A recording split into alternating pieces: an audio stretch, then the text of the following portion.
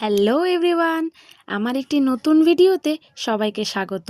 আজ করব চারাপোনা দিয়ে সজনে ডাঁটা দিয়ে মাছের ঝোল। তো যাই হোক, মাছ ছিল আর চিংড়ি ছিল। মাছগুলোকে ভালো করে নুন হলুদ মাখিয়ে রেখেছে।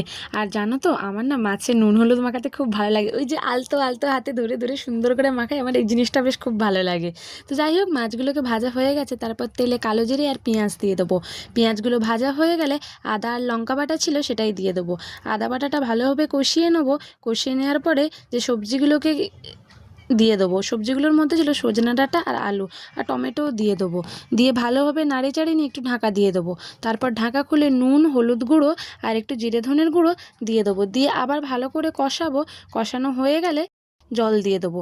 এবার জল দিয়ে না ঢাকা দিয়ে দেবো খানিকক্ষণের জন্য। তারপর খানিকক্ষণ পরে ঢাকাটা খুলে দেখে নেবো যে আলুগুলো সেদ্ধ হয়েছে নাকি। তারপর একে একে মাছগুলো দিয়ে আবার একটু ঢাকা দিয়ে দেবো। তারপরে টকবগিয়ে ফুটে উঠলে আর আলুগুলো সেদ্ধ হয়ে গেলেই তৈরি আমাদের এই গরমে হালকা পাতলা সজনে ডাঁটা দিয়ে মাছের ঝোল।